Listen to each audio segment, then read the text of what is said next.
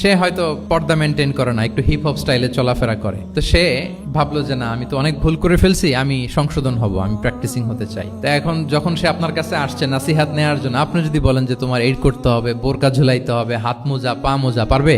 এ বলবে আগে যা ছিলাম ভালোই ছিলাম। তাকে একটু একটু করে বোঝাতে হবে, মানে এই হেজাব এটা কেন, হ্যাঁ, কাভারিং আওরা এটা কেন, কেন এটা করতে, এটা বেনিফিটটা আগে বুঝালেন যে ইসলাম consider women as a queen, নারীকে ইসলাম কি হিসেবে কনসিডার করে?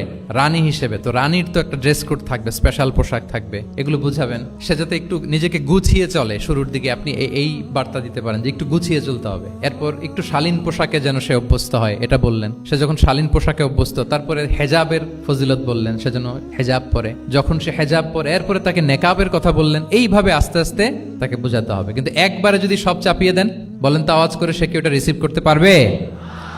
কারণ এই যে গ্রাজুয়ালিটি আর তাদাররুজ, এই সিস্টেমটা আপনি ভায়োলেট করেন নাই। একটু একটু করে বললে এটা মানুষের ফিতরাতের সাথেও যায়, তার নেচারের সাথেও যায়।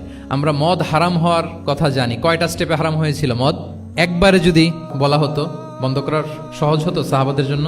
হতো না। অনেকে আছে দেখবেন যে চেইন স্মোকার, তো যে চেইন স্মোকার, আপনি যদি বলেন যে এটা হারাম, আজকেই তোমার বাদ দিতে হবে, হারাম, এটা খেতে পারবে না, পারবে? ও দুনিয়া সব বাদ দিতে পারবে, সিগারেট বাদ দিতে পারবে না। তো তারে কি করতে হবে? ফ্লেক্সিবিলিটি দিতে হবে যে আস্তে আস্তে ছাড়েন।